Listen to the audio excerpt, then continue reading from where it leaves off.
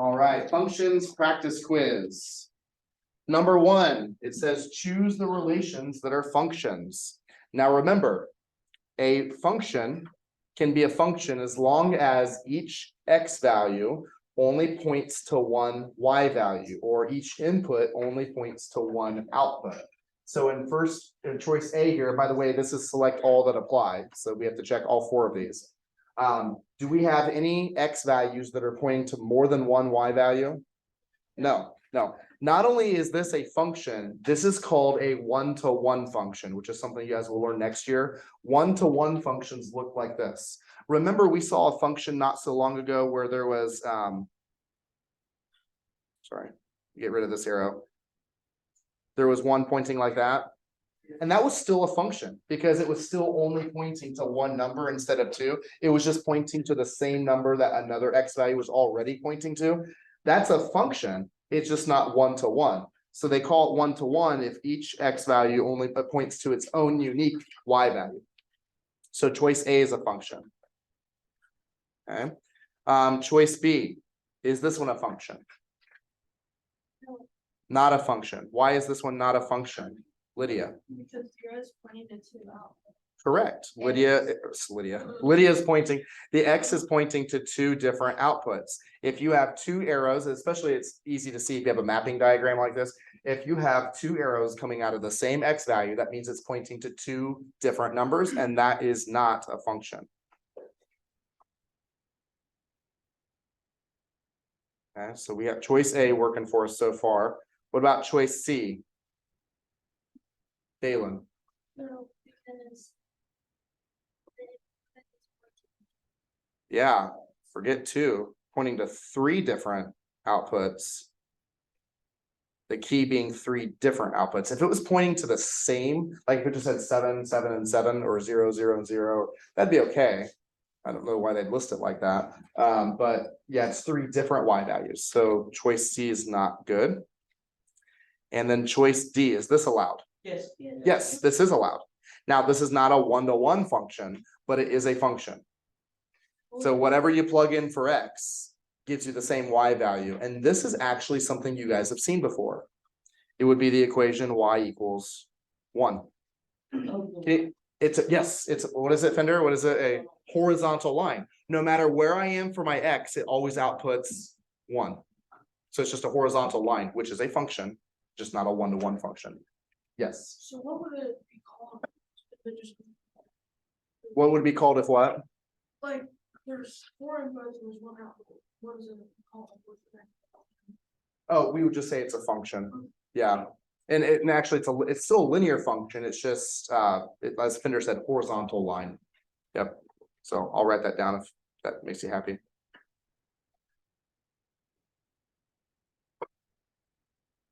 Okay. All right, so number one, we selected choice A and choice D. Number 2, write a function rule for this phrase. The output is 20 more than the input. Gracie. The output is which variable, the X or Y? Y. What's is mean, Gracie? Equals. Good. And then how do I say 20 more than the input?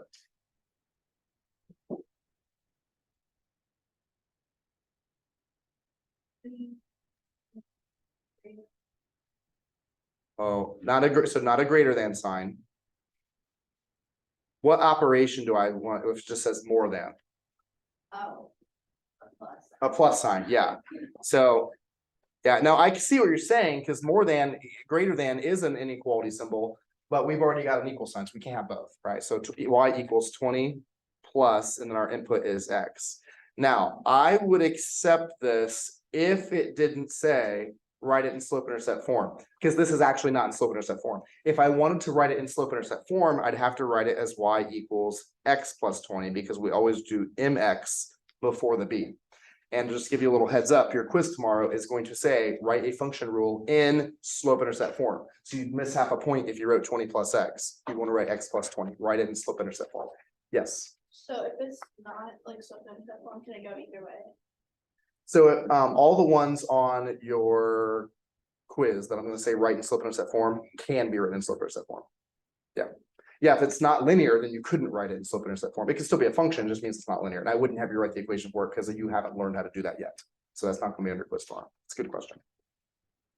All right, number 3. What is the value of y equals 7 minus 2x? Also not in slope intercept form, although we could easily rearrange it. Put the negative 2x in front and the positive 7 at the end. But it wants to know what is the value of y? What is it going to output when you input 4 for x? Now, if we used function notation like you will next year, you could write it like this to show that you're inputting 4 for all the x terms, which there's only one x term here.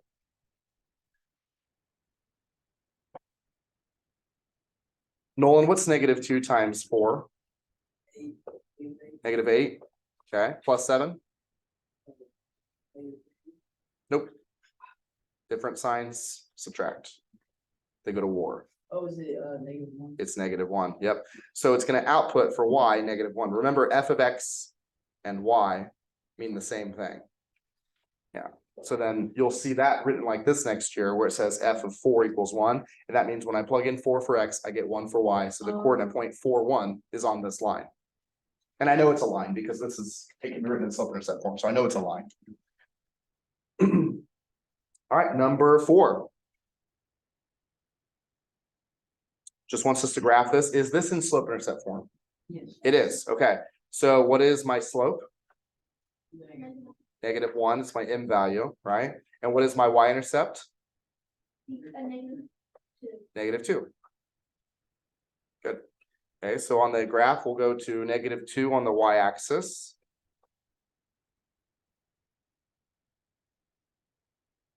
And if it has a slope of -1 as a fraction, that's -1 over 1. So we can go up or down. Up, okay. And then what direction? Nope, left. Yeah, you'd have to go because it's because it's negative. Now, if you went down, you could go down 1 and then you could go right 1. But when you're done, remember it was a negative slope, make sure it's tilting downwards from left to right. And so if you were doing this on big ideas, it would fill the graph in for you. Since you're not doing it on big ideas, go ahead and draw your line through your graph. Try to make it as accurate as possible here. I'm gonna have to change something. Let's do this.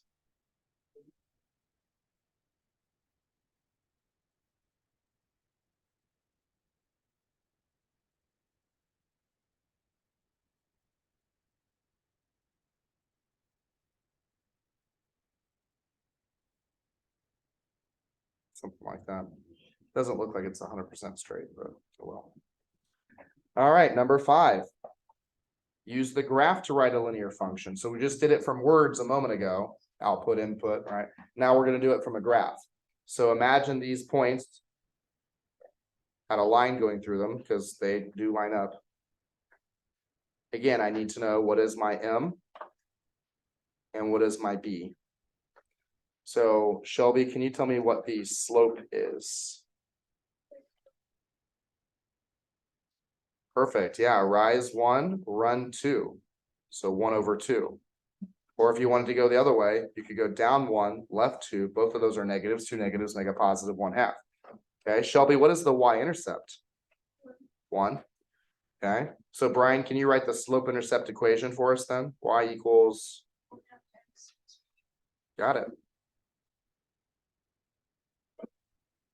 Again, a lot of the stuff we're doing this chapter goes back to what we did before Christmas, right? In chapter 4, we spent so much time in slope intercept form, point slope form, direct variations. A lot of this stuff is not new. Really, the only new stuff this chapter has been problems like number 1. That's been the new stuff that we didn't go over in chapter 4. Everything else you guys should know how to do. Number 6, don't want to skip this little guy here. Number 6 says use the table to write a linear function. So we've done it from words. We just did it from a graph. Now we'll do it from a table. Again, I need 2 things. I need my slope and I need my y-intercept. Let's do the slope first. The slope is rise over run. It's the change in the y over the change in the x.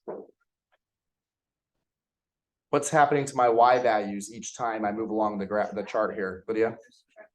Subtracting 3, okay. And then Beck, what's happening to the x values every time? adding 1. Good. So my slope is -3 over 1. -3 over +1 just reduces to -3. To find my y-intercept, I need to look. Gannon, does the chart give you the x value being 0? Okay, what is the y value at that point? Right there. Yep. That's my y-intercept. Now, if they don't, hang on a second. If they don't give you the x value being 0, here's what I do. You ready for this? You don't have to write this down. You can just watch it if you want to. I write down my slope-intercept equation. I know we just found the slope to be -3. So let's assume they didn't give us this point and I'm being lazy and I didn't want to actually look for it. I could use any of the other points they give me. Let's just use the first ones. I plug in -2 for x. I plug in 8 for y. I multiply -3 and -2 together to get what? 6. I subtract 6 from 8 and I get 2. And it confirms that my y-intercept is 2. So then I write the equation. Y equals mx plus b. -3x plus 2. Okay, did everyone see how I did that? Yeah. I mean, I might be hinting at something for tomorrow that you might need to know how to find the y-intercept if it's not directly given to you. So you just write the slope-intercept equation and plug in the 3 values you do have. You have plenty of x's and y's to choose from. You just found your slope, so plug in m. And then by solving the equation for b, you just found where it's going to cross the y-axis. Okay.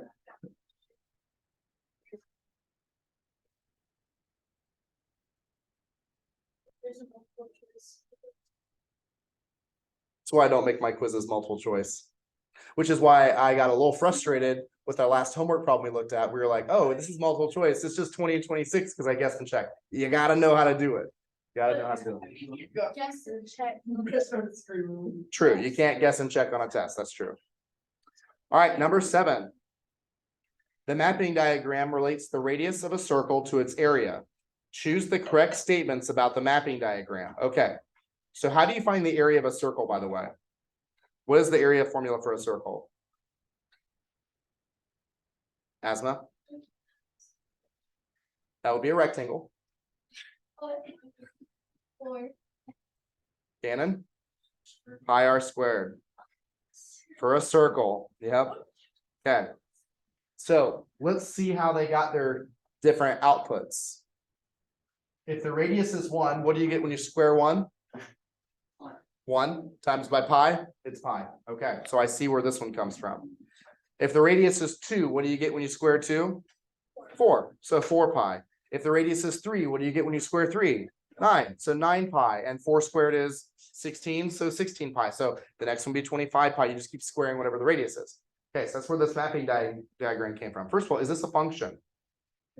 It is a function. In fact, we would say it's a one-to-one function. Okay, let's pick all that apply here. Each input has exactly 1 output, so the relation is a function. Do you agree with this statement? Yes. I do.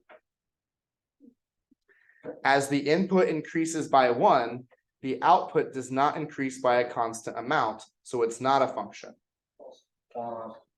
We just said it's a function. But let me try to describe to you what it's saying. What it's saying is that it went from 1 pi, here we'll draw it over here. It went from 1 pi to 4 pi, which is an increase of 3 pi. Then it went from 4 pi to 9 pi, which is an increase of 5 pi.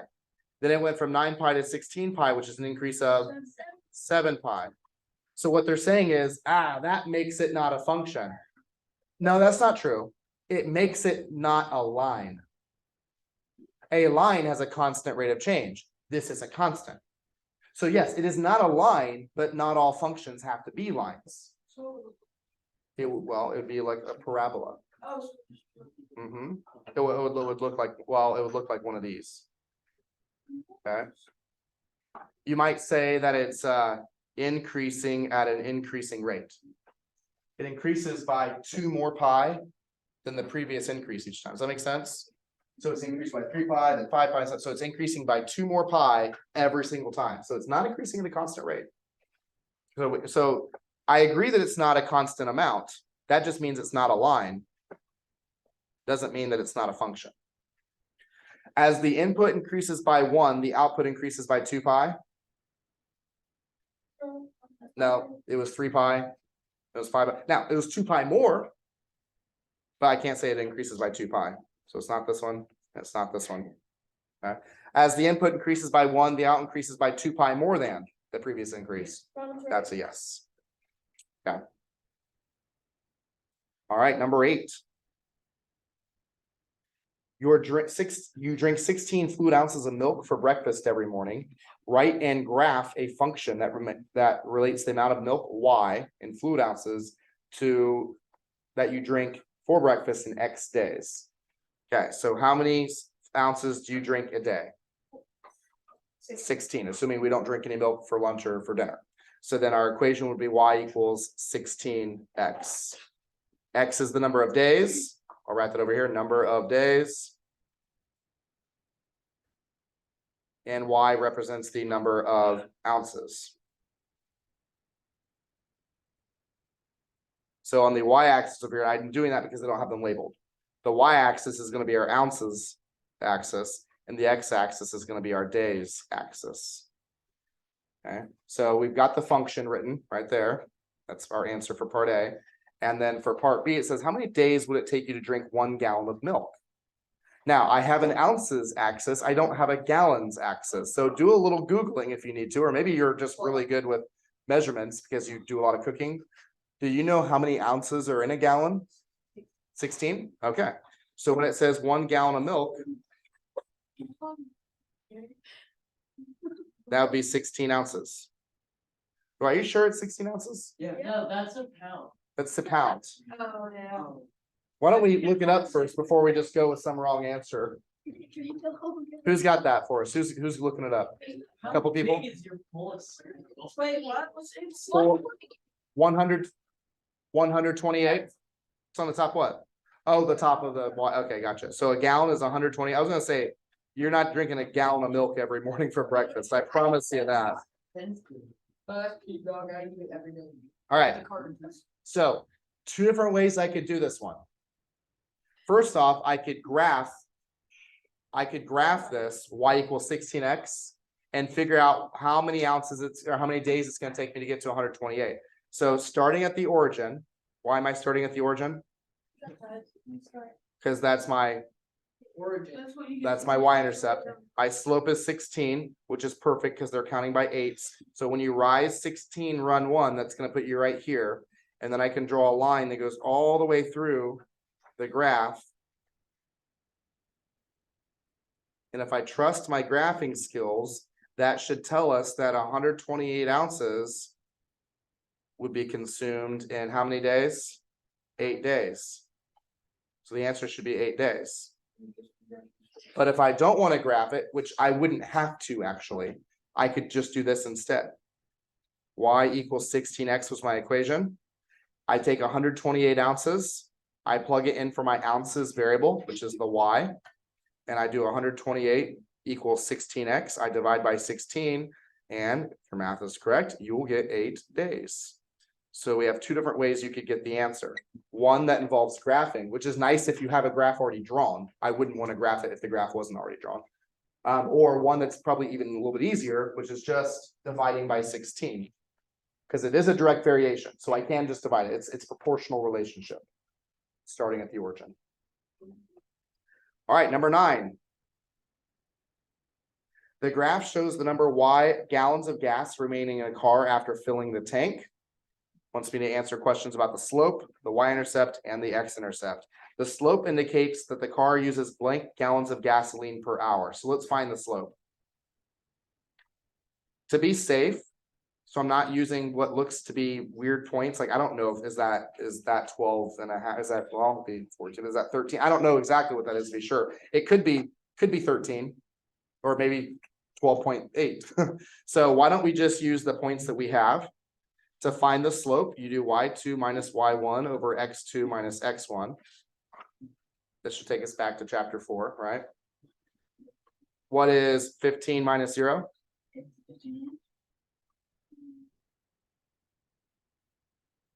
And then what's 0 minus 7.5? Negative 7.5. What's 15 divided by negative 17.5 or 7.5? Negative 2. Okay, so remember, it is gonna be negative because it's going downhill and you're using gas the more you drive. So it makes sense that it should be decreasing. So our slope is negative 2. That's our M. What about our B? Where does it seem to be crossing the y-axis at? Well, actually, they tell us, don't they? We don't even have to make a guess here. It says when x is 0, y is 15, right there. Autumn, you with us? Yes, I am. Oh, I'm sorry.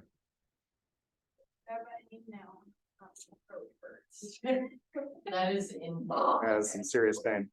All right. So the slope indicates that the car uses blank gallons of gasoline per hour. 2. Now, it says negative 2, right? So the word uses, though, the word uses implies that it's negative. You're decreasing them. Okay, so it is 2. You're just gonna type in 2, but the word uses indicates that it would be negative. Okay. The y-intercept indicates the car has blank gallons to start with. 15 was the y-intercept, our B value. And then the x-intercept indicates that our car is going to be out of gas after 7.5 hours. This is assuming you're driving at a constant speed, which of course never happens unless you're cruising for a certain, but even if you stop and go traffic, it's going to end up using more gas. Sure. Theoretically, and there's no wind and you're driving on a perfectly flat ground the entire time, then that would work. But if there's any sort of wind resistance or incline that you're driving, or even decline, is going to save gas money if we're going downhill, right? So that would not always work out perfectly. Like on some cars, it's like a gauge. Mr. Right, if the incline match the decline, we need that, right? Possibly. All right, number 10, last one. 2 accounts earn simple interest. Simple interest formula. Ooh, you guys remember the simple interest formula? The balance y in dollars after account A x years can be modeled by this function. Now we're not actually, stop moving the desk, please.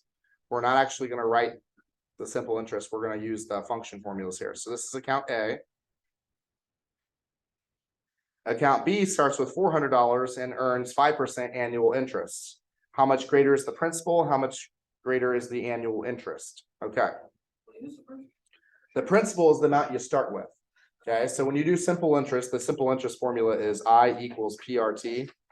P stands for principal, and it's the amount of money you put into the bank, or if you're borrowing money, the amount of money that you take out. But in this case, it says that it's our account, so we put money in. Okay. So the principal, if the principal is the amount of money you start with, would that be your slope or your y-intercept? That'd be the y-intercept, yeah. So in account A, the principal is $500. Okay, and then you're saving 10. Now 10 what? Dollars per year. Yeah, dollars per year, y over x. So your slope is $10 per year that you're making in interest. Not necessarily that you're putting that much money in. This is assuming you just put $500 in and walk away. You're making $10 a year in interest without doing anything. Okay. Now account B starts with $400, so its P value is going to be, principal is going to be $400. Now remember, the P value is the same as our B value. It's the y-intercept, so I'll put y-intercept next to this. Okay. And earns 5% annual interest. Okay, 5% simple annual interest. So what I can do to find out how much interest that is, let me use my formula here. If you start with $400, your rate was 5%. Was it 5%? Yes, it was 5%. What's 5% as a decimal? 0.05. Your time, it says per year, so this is 1 year. We're just going to times that by 1. And if I multiply 400 times 0.05 times 1, that'll give me my interest. And what is 400 times 0.05? Asma? 20. 20. So your interest here is $20. And that's in a year, right? So $20 per year, which is my slope. Okay, so I'm just gonna erase some stuff. Been writing a lot. I'm gonna put B, so we're not confused. Here I've got my y-intercept is $500, my slope's $10 per year. For account B, my y-intercept is $400 per year, or sorry, $400, not per year. And then my slope is $20 per year. And so now it wants us to compare. Which account has the greater principal? But that's the y-intercept. Principal means the y-intercept for our equations. Is it account A or account B? Account A, okay, and how much greater is it? Is it 10? It's 100, isn't it? Okay, so account A has $100 more. Just start out with for the principal. And then which account has the greater interest? Account B, and how much greater? $10 more per year. Oh, percent. So let's do this.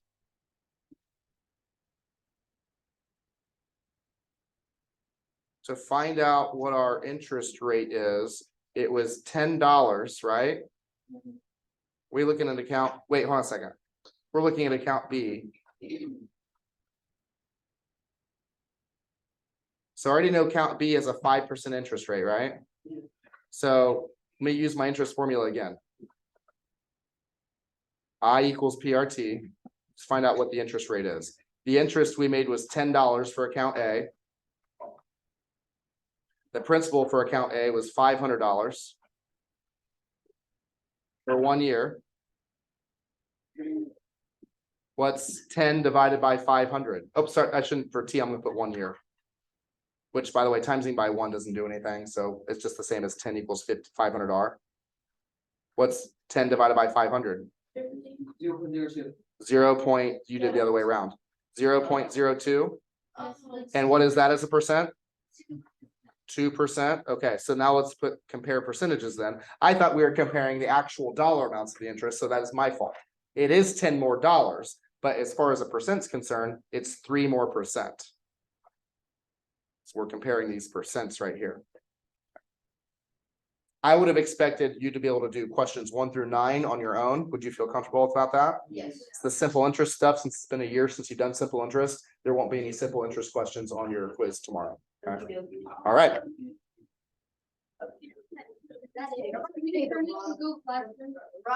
Yep, turn it in on Google Classroom.